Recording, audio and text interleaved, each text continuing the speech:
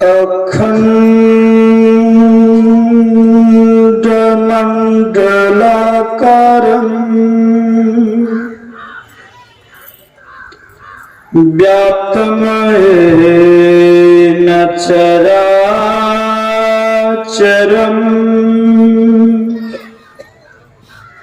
तत्पदं दर्शितं येन तस्मै श्री गुरवे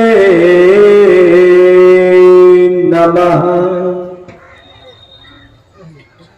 धन्य धन्य सतगुरु सुखद महिमा कहीं न जाए।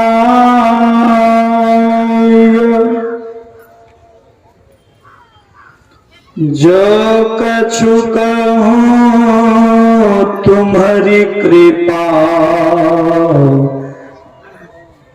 मोते कछु न बसाए।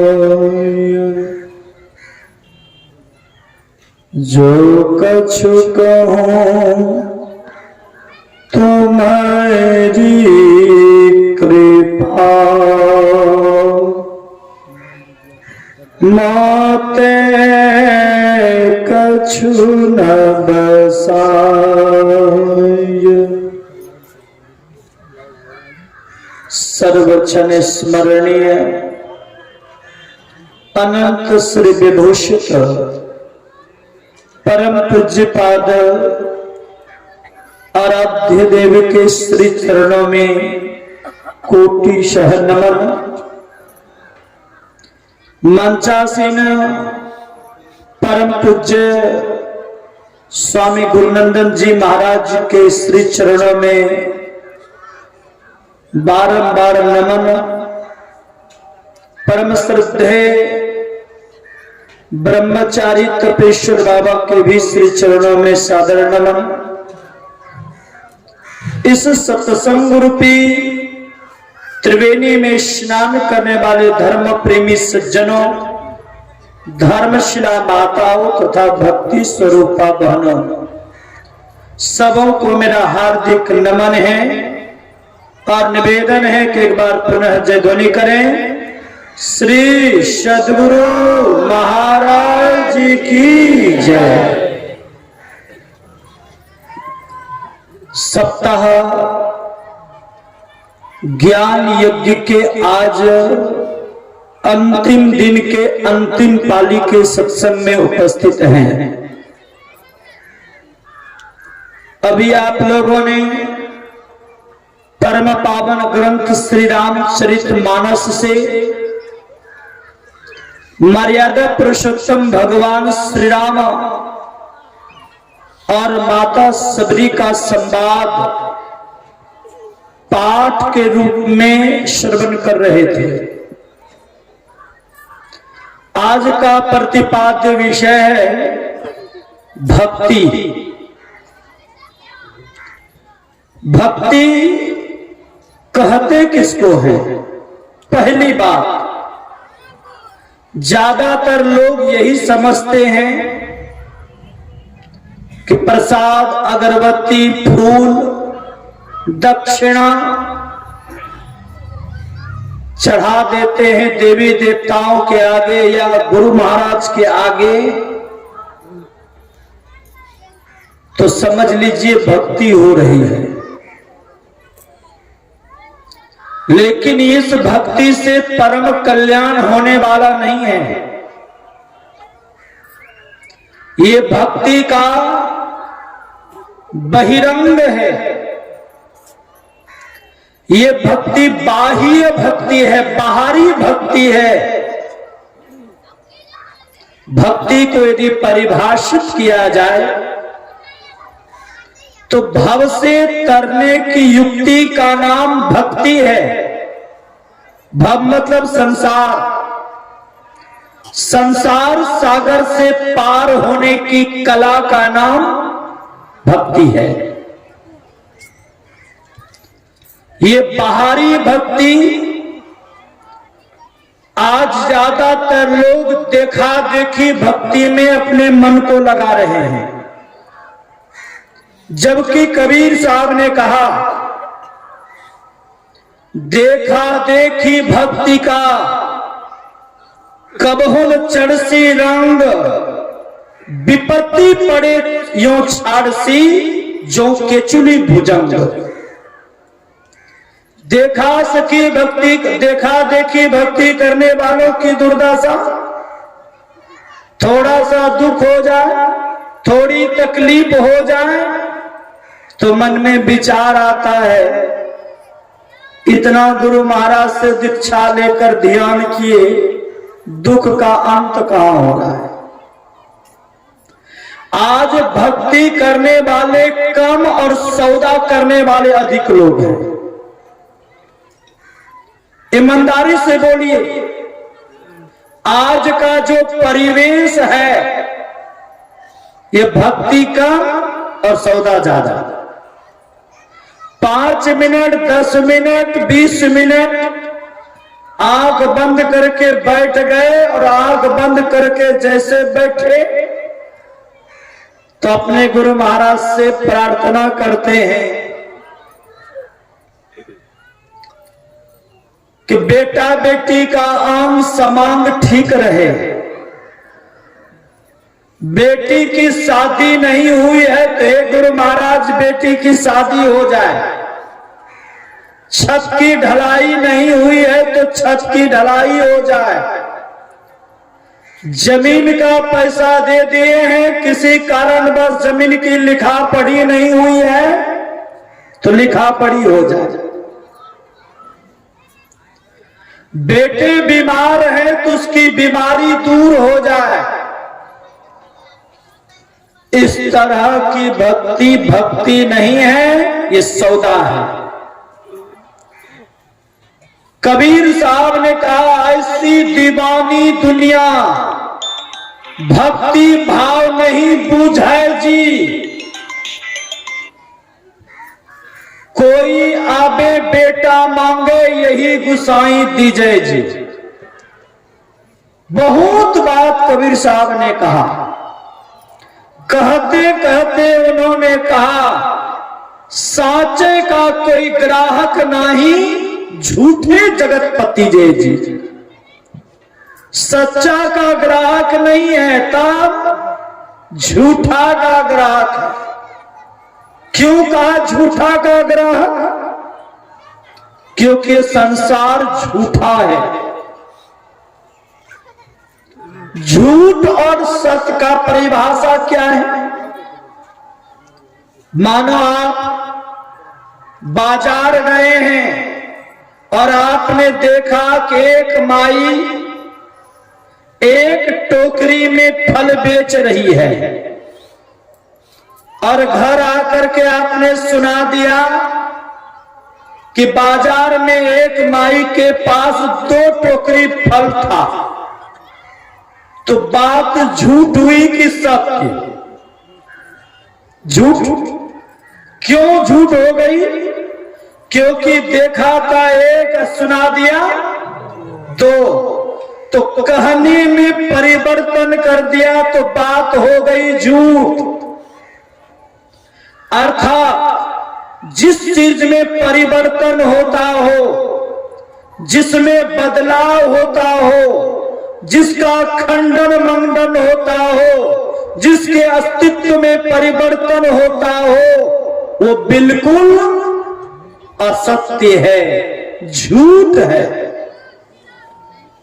अब विचार करिए, जिन संसार की वस्तु व्यक्ति के लिए आपका चित्त लगा हुआ है, आपका मन लगा हुआ है, आपकी वृत्ति लगी हुई है, क्या वो संसार बदलने वाला नहीं है कि नहीं है? ये संसार बदलने वाला है, ये संसार परिवर्तनशील है। तो विचार करिए, मकान दुकान बदलेगा कि नहीं बदलेगा? बेटा पोता बदलेगा कि नहीं बदलेगा? ईमानदारी से बोलिए, बेटा पोता झूठ है कि सच है? मकान दुकान झूठ है कि सच है? जगह जमीन झूठ है कि सच है? बिजनेस व्यापार झूठ है कि सच है? क्या कहिएगा? कहने का एक शब्द में कहिएगा, सूत्र के मुताबिक जिसमें बदलाव होता हो वो झूठ है। तो जिन चीजों का मैंने नाम गिनाया सबके सब झूठ है। जब सबके सब झूठ है, तब बेटा बीमार पड़ जाए, बेटी बीमार पड़ जाए, जमीन कोई हड़प ले तो आंख से अश्रु की धारा क्यों बहता है? जब झूठ है तो उसके लिए रोते क्यों हैं? उसके लिए बिलखते क्यों हैं? उसके लिए परेशान क्यों होते हैं? है झूठ लेकिन मान लिया है सत्य। जैसे मैंने किसी को एक जैकेट दे दिया, देखो जी ये जैकेट मैंने आपको दे दिया, ये मेरा जैकेट है, ये जैकेट मैं दे रहा हूं, खराब हो जाए, फट जाए, खो जाए तो कोई चिंता की बात नहीं। और यदि वो जैकेट की चोरी हो जाए तो दुख होगा? बोलिए, बिल्कुल भी नहीं होगा। क्यों? अरे बाबा जी का सामान था, खो गया तो खो गया, जाने दो। और सिर्फ मैं इतना कह दूं ये जैकेट ये मेरा है, लेकिन मैंने आपको दे दिया, ये आज से आपका हो गया। और वो जैकेट खो जाए, फट जाए तो तुरंत आंसू। क्यों? था तो मेरा, परंतु आपने अपना मान लिया। जिस समय से अपना माना, उस चीज के वियोग में आपका जीवन का दुख आरंभ हो जाता है। संत महापुरुष लोग कहते हैं ये संसार झूठा है, लेकिन इस झूठे संसार को हम लोगों ने अपना माना। यदि झूठा नहीं होता, सच्चा होता, अपना होता, सपना नहीं होता, तो संसार के वस्तु को हम लोग साथ लेकर के जाते कि नहीं जाता? मानो ये मैं कुर्ता पहन करके अपने आश्रम से आया हूं, और जब मैं अपने आश्रम को जाऊंगा ये कुर्ता लेकर के जाऊंगा कि नहीं जाऊंगा? जाऊंगा ना, क्योंकि मैं ये साथ लेकर के आया हूं। विचार करिए, जिन संसार की वस्तु को या व्यक्ति को आप अपना मान रहे हैं, क्या जन्म लेते समय आप साथ लेकर के आए थे? कितने लोग लेकर के साथ आए थे? हाथ उठाइए, देखना चाहता हूं। एक भी नहीं। और जब इस शरीर संसार को छोड़ करके जाएंगे तो कोई साथ लेकर के जाएंगे? बिल्कुल भी नहीं। जो साथ कभी नहीं था और जो साथ कभी नहीं रहेगा, वो आपका अपना कैसे हुआ? हमारे गुरुदेव ने कहा, यह दुनिया दिन चारी बसेरा, यहां न मेरा तेरा रे। जो कहते ये मेरा बेटा है, मेरी बेटी है, मेरी जमीन है, मेरा जायदाद है, मेरी मकान, मेरा दुकान है, जिसको आप अपना कह रहे हैं, संतों ने कहा ये 2 दिनों की चांदनी फिर अंधेरी रात। जब तक आंखें खुली है तब तक तो अपना अपना कह रहे हैं, एक न एक दिन सपना होगा। इसलिए हमारे आराध्य देव ने कहा, ऐ संसार के लोगों, ये संसार धोखा देने वाला है, ये संसार प्रपंचों का सागर है, ये संसार छलिया है। सूरदास जी महाराज से किसी भक्त ने पूछा, महाराज सभी संत महात्मा लोग कहते हैं ये संसार धोखा देने वाला है, संसार को छोड़ दो। मैं ये पूछना चाहता हूं ये संसार है कैसा? तो सूरदास जी महाराज ने कहा, यह संसार फूल सिमर को सुंदर देखी लो भाई। सिम्बर का फूल आप लोग देखे होंगे, काला काला होता है ना, बिल्कुल लाल सुंदर आकर्षक होता है। तोता जब उस फूल को देखता है तो मन में विचार आता है, इतना अच्छा फूल है तो फल कितना अच्छा लगेगा। उस फूल को देखते रहता है, एक ना एक दिन वो फूल झड़ जाता है, फल लग आता है। तोता मन में विचार करता है, इस फल को पकने देता हूं तब खाऊंगा। और जैसे वो फल पक जाता है तो तोता चोंच मारता है, तो खाने की वस्तु मिलती है ना, नहीं मिलती। मारियो चोंच रुई उड़ गयो, हाथ कछु नहीं आयो। सूरदास जी कहते जिसे आप अपना कह रहे हो, उसके पीछे बालपन से लेकर के बुढ़ापे तक की जिंदगी हाय हाय करके बिताते चले जाओ, लेकिन वो अपना होने वाला नहीं है, वो तो सपना है। वो तो 2 दिनों की चांदनी फिर अंधेरी रात होने वाली है। इसलिए संसार के लोगों, ये संसार धोखे देने वाला है, इसलिए संसार से प्रीत नहीं करो। होली के माध्यम से गुरुदेव ने कहा, नाहिन करी जगत सो प्रीति, जगत अथाह भयंकर भवनिधि। जहां सब दुख की रीति, जहां सब भूल भुलावन को दुख, समझी पड़े नहीं नीति। रहे जहां छाई अनीति, नाहिन करिए जगत सो प्रीति। गुरुदेव ने कहा जगत से प्रीत नहीं करो तो क्या करें? जगत को छोड़ दे, बेटा बेटी को छोड़ दे, मकान दुकान को छोड़ दे, बिजनेस व्यापार को छोड़ दे, छोड़िए भी नहीं तो छोड़ना भी नहीं है और पकड़ना भी नहीं है। ये दोनों बातें एक साथ कैसे हो सकती है?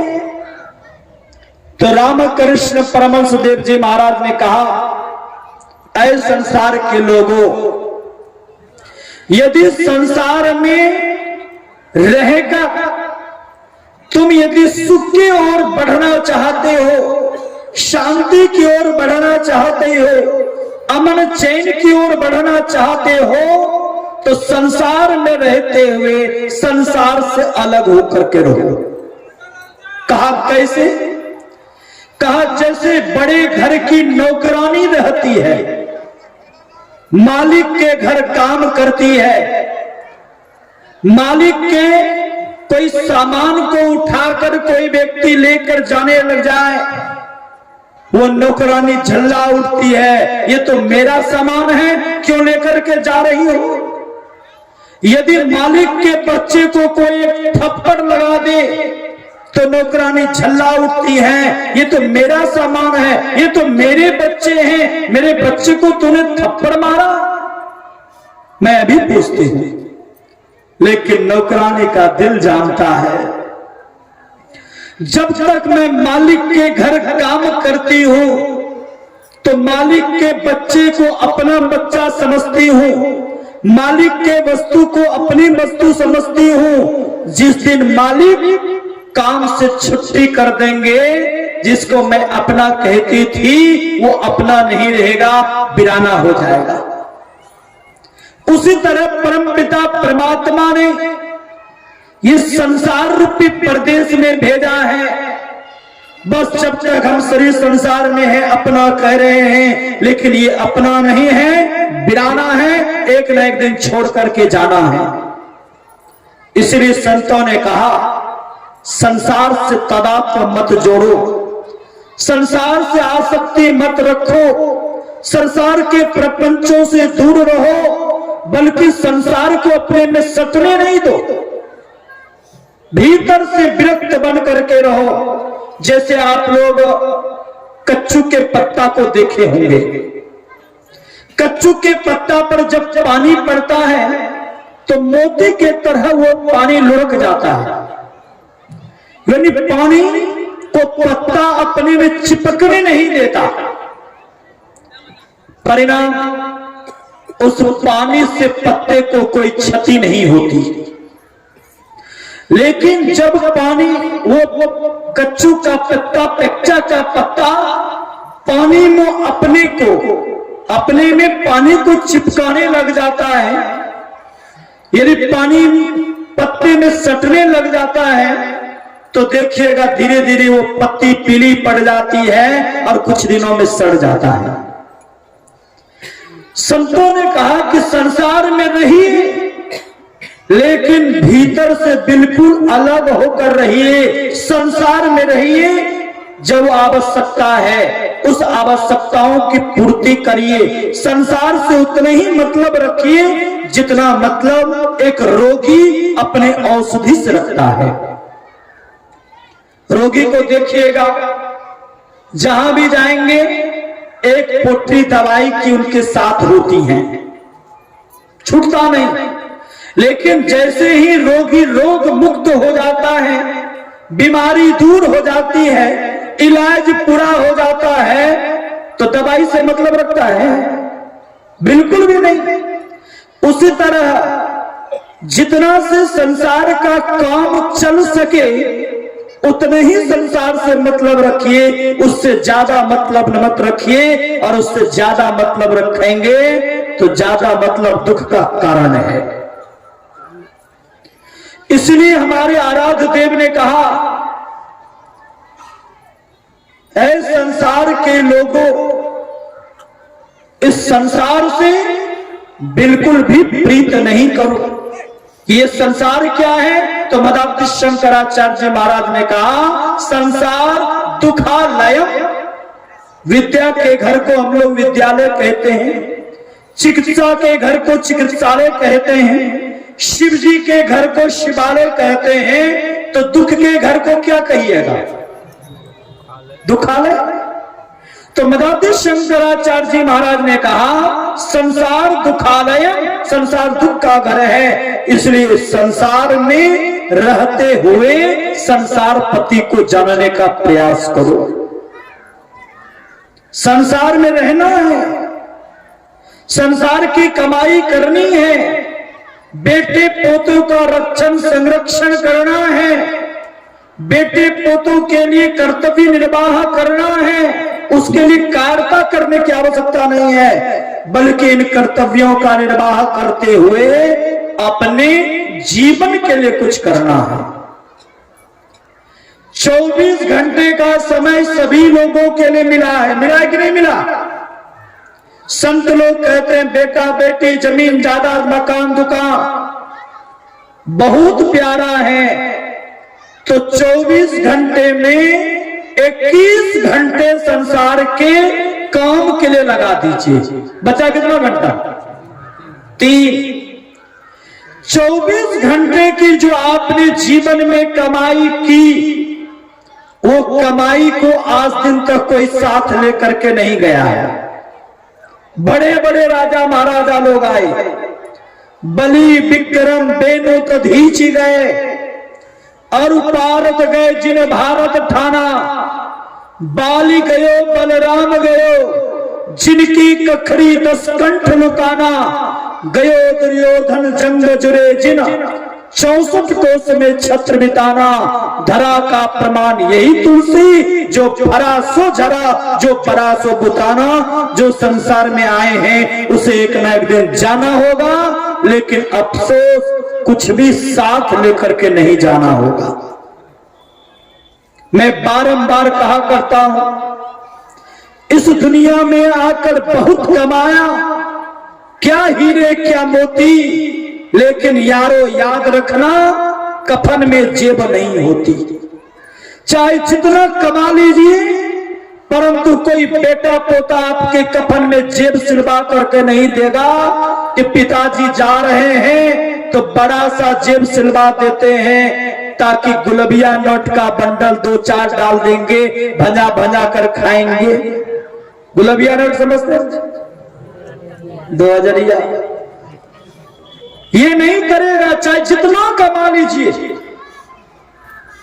संत महात्मा लोग कहते हैं 24 घंटे में जो 21 घंटे संसार के लिए कमाया, उस 21 घंटे की कमाई में सबकी हिस्सेदारी है।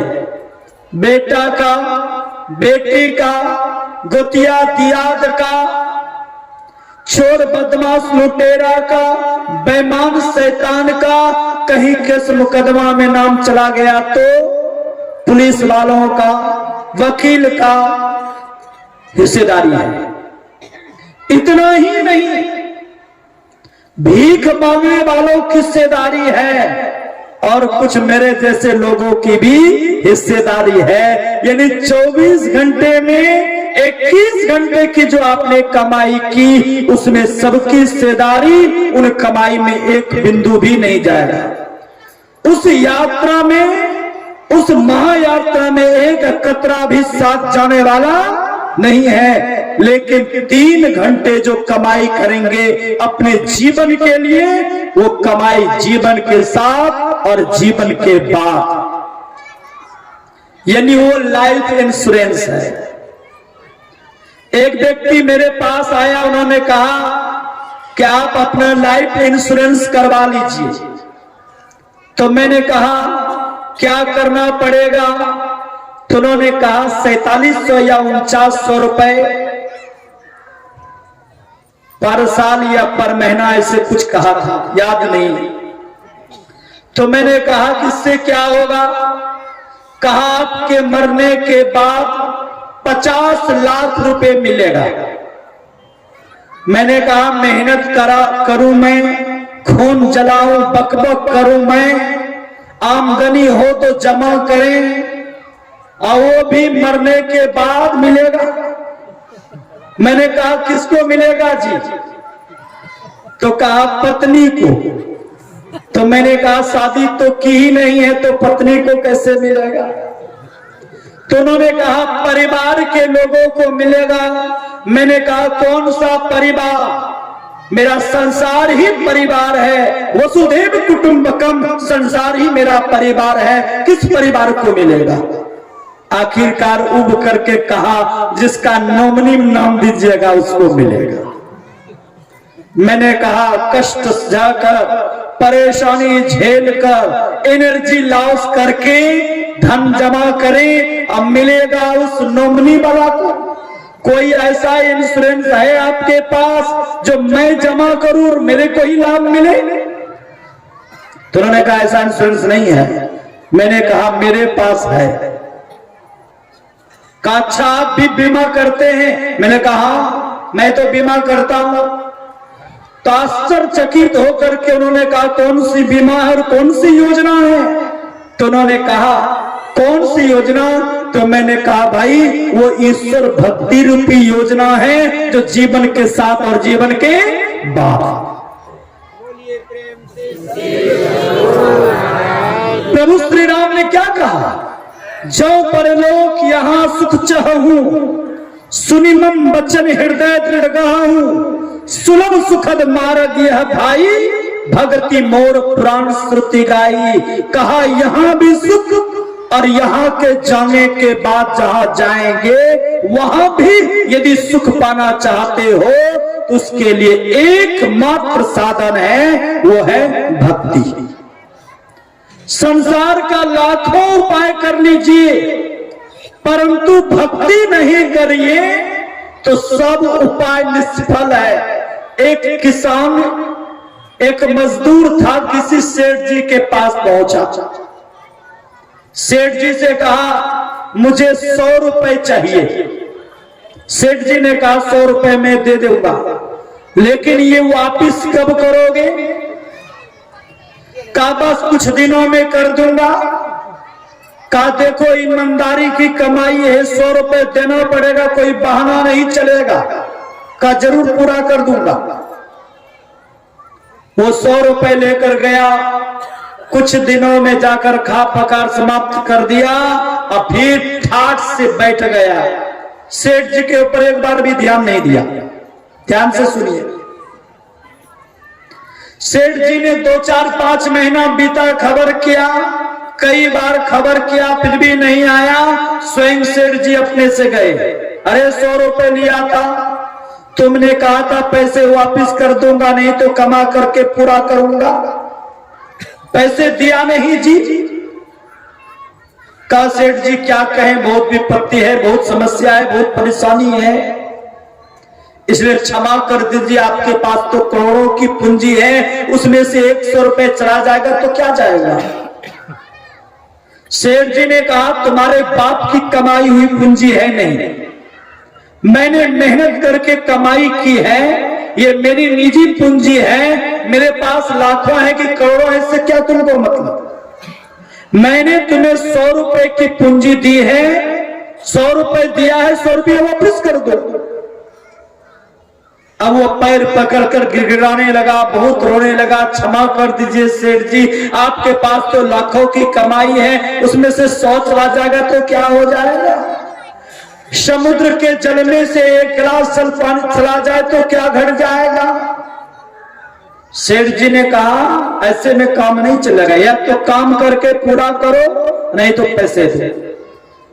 अब वो गिड़गिड़ाने लगा, मैं शरीर कमजोर है, मैं बीमार हूं, काम नहीं कर सकता। का नहीं कर सकते, पैसे दे दो। का पैसा भी नहीं दे सकते। बहुत बार बहुत तरह से समझाया सेठ जी ने, का पैसा तो तुमको देना ही पड़ेगा, लेकिन वो इतना सख्खड़ था, पैर पकड़ पर खूब रोने लगा, लेकिन पैसा देने का नाम नहीं लिया। तब सेठ जी ने कहा एक उपाय है, 100 कच्चा प्याज खा लो तो तुमको मैं माफ कर दूंगा। अब वो मजदूर कहने लगा कहीं 100 कच्चा प्याज खा पाऊंगा, क्षमा कर दीजिए। का नहीं खाओगे तो पैसा दे दो, पैसा नहीं दोगे तो 100 कच्चा प्याज खा लो। आखिरकार विवश होकर के मजदूर ने कहा 100 कच्चा प्याजे दे दीजिए। प्याज दिया, बड़ा बड़ा चुन करके प्याज दिया। 10-20 प्याज खाया होगा कि हालत बिगड़ गई, रोने लगा, अश्रु की धारा बहने लगी, चरण पकड़ लिया, प्याज माफ कर दीजिए, प्याज नहीं खा सकूंगा। सेठ जी ने कहा एक उपाय और बचा, या तो 100 कच्चा प्याज खा करके पूरा कर दो, या कमा करके पूरा कर दो, या 100 रुपए दे दो। और यदि इतना में नहीं पूरा कर सकते हो तो एक उपाय है, 100 कच्चा मिर्ची खा लो, तुमको माफ कर दूंगा। मजदूर ने कहा 100 मिर्ची नहीं खा सकूंगा, क्षमा कर दीजिए। बहुत गिड़गिड़ाया, बहुत रोया, तो कहा देखो या तो प्याज ही खा लो। अंत तक अच्छा 100 मिर्ची ही ले आइए, तो 100 मिर्ची लाया, वो छोटा वाला होता है तीखा मिर्च लाया। 10-20 मिर्ची जब खाई, हालत बिगड़ गई, आंख से अश्रु की धारा बहने लगे, मुंह में जलन होने लगा, जार बेजार होकर के रोने लगे, क्षमा कर दीजिए, मैं 100 मिर्ची भी नहीं खा सकूंगा। का 100 प्याज पूरा कर लो। का ये भी नहीं होगा। सेठ जी ने कहा बस एक उपाय और बचा है, पीठ पर 100 जूतों का मार खा लो, तुमको मैं माफ कर दूंगा। आखिरकार मजदूर ने कहा जब मार करके ही पैसा वसूलना है तो पैसा वसूल लीजिए, मार ही लीजिए 100 जूता। तो सेठ जी भी कम होशियार नहीं था, फौजी वाला बूट वाला जूता निकाला, कपड़ा उतरवाया, और 10-20 जूता जब पीठ पर कस करके दिया, चमड़ा उजड़ने लगा। कहा बाबू सेठ जी ठहर जाइए, पैसे ले लीजिए। तुरंत कमर से निकाला, पैसा दे दिया। प्याज भी खाया, मिर्ची भी खाई, जूता का मार भी खाया, अंतिम में पैसा भी दिया। उसी तरह संसार का लाखों उपाय कर लीजिए, लेकिन बिना भक्ति किए कल्याण होने वाला नहीं है। गोस्वामी जी ने कहा राकापति षोडश उगई, तारागण समुदाय, सकल गृह दब लाइए, बिनु रवि रात न जाए। ऐसे ही हरि भजन खगेशा, मिट ही न जीवन केर कलेसा।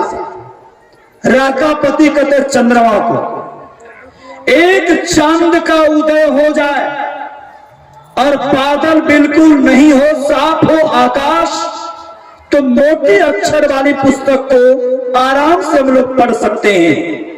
गोस्वामी जी ने कहा, एक चांद को कौन कहे, 16 कलाओं से युक्त 16 चंद्रमा का उदय एक ही आकाश में हो जाए, झुंड जंगल पहाड़ में आग लगा दी जाए तो रोशनी बढ़ेगी कि घटेगी?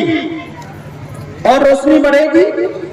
शायद गोस्वामी तुलसीदास जी महाराज के समय में आज के तरह इलेक्ट्रॉनिक उपकरण के द्वारा प्रकाश फैलाने की व्यवस्था नहीं थी। मैं अपनी तरफ से कहता हूं कि जितना इलेक्ट्रॉनिक उपकरण के द्वारा प्रकाश फैलाया जा सके, उनके द्वारा प्रकाश फैलाया जाए तो रोशनी और बढ़ेगी। क्या इतनी रोशनी होने के बाद, प्रकाश होने के बाद कह सकते हैं कि अब दिन हो गया? बिल्कुल भी नहीं। कहिएगा इतना जरूर कि बिल्कुल दिन के तरह रोशनी हो रही है, लेकिन दिन नहीं कहिएगा। वैसे ही गोस्वामी जी ने कहा, ऐसे ही हरि भजन खगेसा, मिटहि न जीवन केर कलेसा।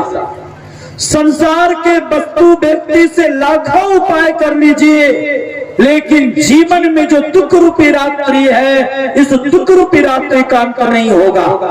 उसके लिए एकमात्र साधन है।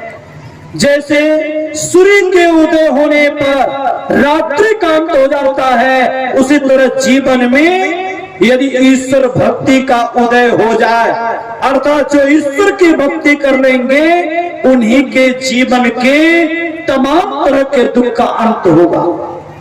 ये ईश्वर की भक्ति मनमानी तरीके से नहीं, मनमुखी तरीके से नहीं, देखा देखी तरीके से नहीं, बल्कि समझ बूझ करके करनी पड़ेगी।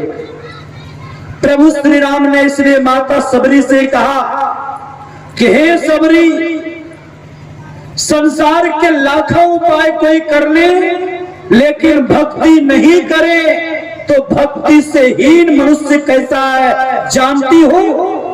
भक्तिहीन नर सो ही कैसा, बिनु चल बारिश देखिए जैसे। जैसे मेघ लगा दे और बारिश नहीं हो तो उस मेघ को हम लोग शोभाहीन कहते हैं। ठीक उसी तरह सृष्टि का सिरमौर ये मानव के जीवन को प्राप्त करे, और यदि संतों से सदयुक्ति जान करके भजन नहीं करे तो भगवान के दृष्टि में सबसे निकृष्ट है, सबसे गए गुजरे हैं, सबसे बेकार है। और इसीलिए प्रभु श्री राम ने कहा कि हे सबरी, मैं नवधा भक्ति का उपदेश करता हूं, तुम सावधानी पूर्वक सुनो और मन में धारण करो। एक प्रश्न का उदय होता है कि प्रभु श्री राम ने माता सबरी से अपनी वाणी के माध्यम से कहा, सकल प्रकार भक्ति दृढ़ तोरे। हे सबरी, तुम्हारे अंदर सब प्रकार की भक्ति है, तुम सब प्रकार की भक्ति में प्रवीण हो, फिर सबरी को भक्ति का उपदेश करने की आवश्यकता क्या है? विचार करिए। इससे स्पष्ट हो जाता है कि सबरी को प्रभु श्री राम ने उपदेश नहीं किया, बल्कि सबरी को माध्यम बनाकर संसार के आसक्त जीव, संसार के प्रपंच में फंसे हुए लोगों को उन आसक्तियों से मुक्त कराने के लिए प्रभु श्री राम ने माता सबरी को माध्यम बना करके भक्ति का उपदेश किया। और भक्ति के उपदेश में भगवान ने कहा क्या? 9 प्रकार की भक्ति। ये भक्ति है क्या? कबीर साहब ने 7 शब्दों में कहा, भक्ति निशेनी मुक्ति की संत चढ़े सवधाय, जिन जिन मन आलस किया तो जन्म जन्म पछताए। भक्ति निशानी है। निशानी का अर्थ होता सीढ़ी।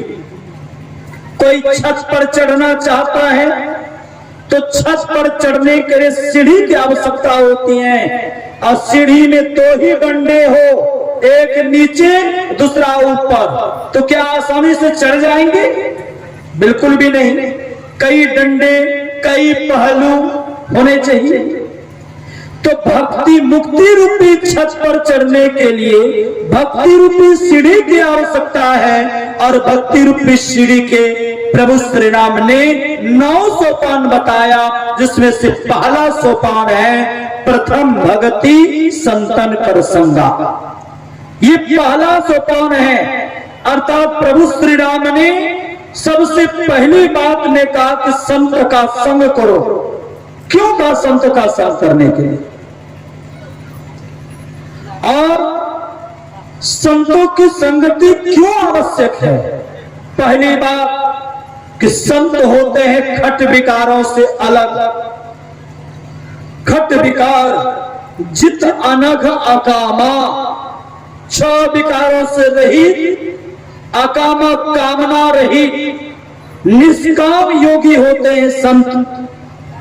शांति को प्राप्त किए हुए होते हैं, शांति रूप सर्वेश्वर का साक्षात्कार किए हुए होते हैं, और ऐसे शांति स्वरूप सर्वेश्वर के सानिध्य में, शांति स्वरूप सर्वेश्वर को साक्षात्कार किए हुए महापुरुषों के सानिध्य में रहेंगे तो उनके दिव्य आभा से हमारा आपका जीवन शांति की ओर स्वाभाविक रूप से बढ़ेगा। दूसरी बात, विकारों से रहित हमारा आपका जीवन होगा, शांति के पथिक बनेंगे।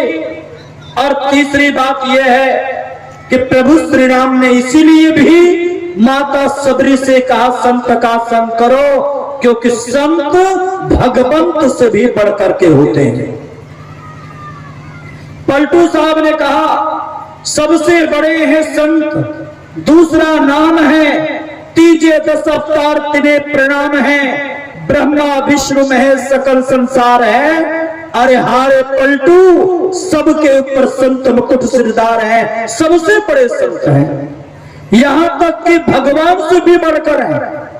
मैं बारंबार कहा करता हूं, जब जब धरा पर भगवान ने अवतार लिया है तब तब उन्होंने पापियों का नाश किया है। क्या है कि नहीं किया? प्रभु श्री राम आए तो उन्होंने रावण कुंभकर्ण का वध किया, भगवान कृष्ण आए कंस शिशुपाल का वध किया, भगवान बराह आए तो हिरण्याक्ष का वध किया, भगवान नरसिंह आए हिरण्यकशिपु का वध किया। यानी जब जब भगवान ने अवतार लिया तब तब उन्होंने पापियों का नाश किया, लेकिन जब जब संत ने अवतार लिया तो उन्होंने पापियों का नाश नहीं किया, बल्कि उनके पाप का नाश करके उनका उद्धार किया है। ये संत का सहज स्वभाव है। इसलिए भी प्रभु श्री राम ने कहा प्रथम भक्ति संतन कर संगा।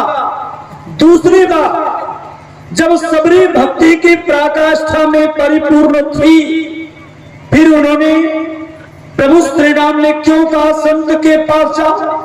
इसीलिए भी कहा प्रभु श्री राम ने संत के पास जाओ, क्योंकि सबरी जो दर्शन कर रही थी इस चमड़े के आंख से, चांद चश्मे से दर्शन कर रही थी।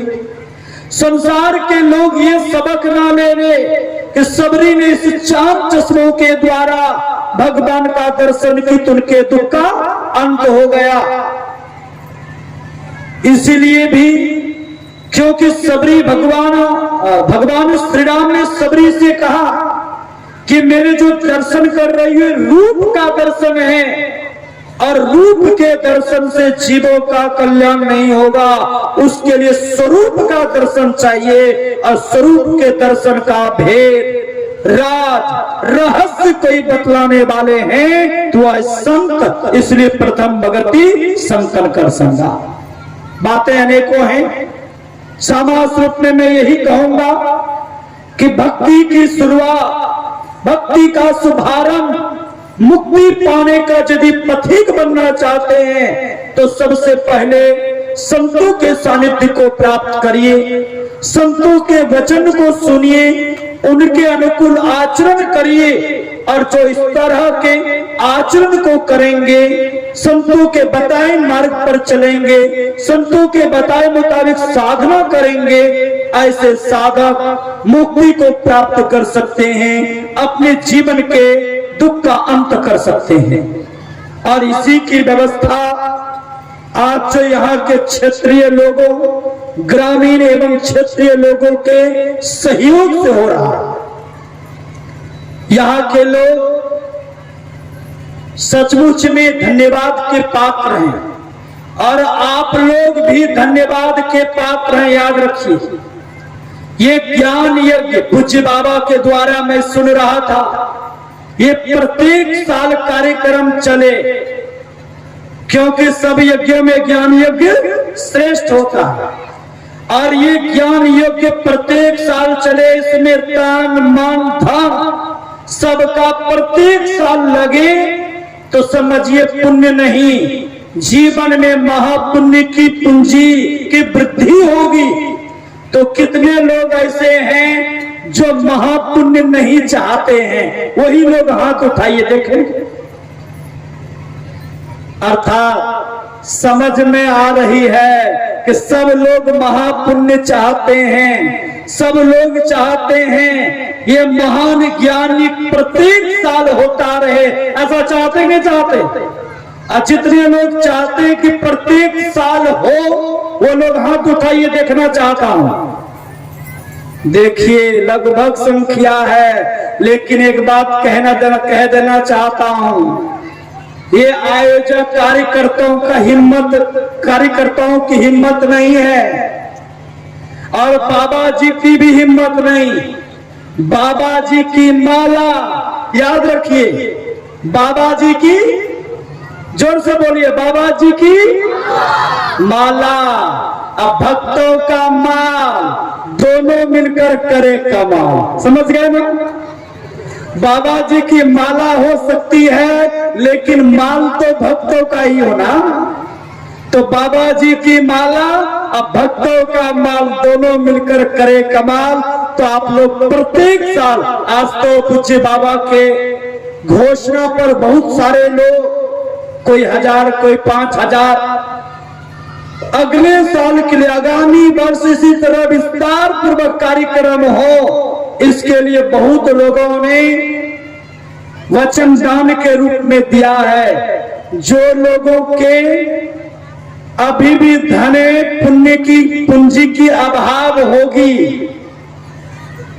वो भले नहीं दिए होंगे। जिनके जीवन में पुण्य की पूंजी बढ़ गई है और जिनकी नहीं बढ़ी है, तो जरूर सत्संग के अंत में आगामी वर्ष के कार्यक्रम के लिए आप लोग सहयोग देकर के पुण्य के भागी जरूर बनेंगे। मेरी भी इच्छा है और इसी तरह भव्य कार्यक्रम होता रहे। इन्हीं बातों के साथ अपने वाणी में विराम देता हूं। मुझे बहुत खुशी हुई कि आप लोगों का उत्साह, आप लोगों का जो पुण्य कर्म करने की उत्कंठा को मैंने देखा। हृदय से आप सबों को बारंबार नमन है। और आगे हम लोग पूज्यपाद श्री के मुखारबिंद से विस्तार पूर्वक भक्ति क्या है, भक्ति क्यों आवश्यक है, भक्ति करने से किन किन चीजों की उपलब्धि होती है, इन तमाम बातों को पूज्यपाद स्वामी गुरुनंदन जी महाराज के श्रीमुख से सुनेंगे। एक बार बाबा के स्वागत में बुलंद आवाज में जय ध्वनि करिए। बोलिए गुरुदेव भगवान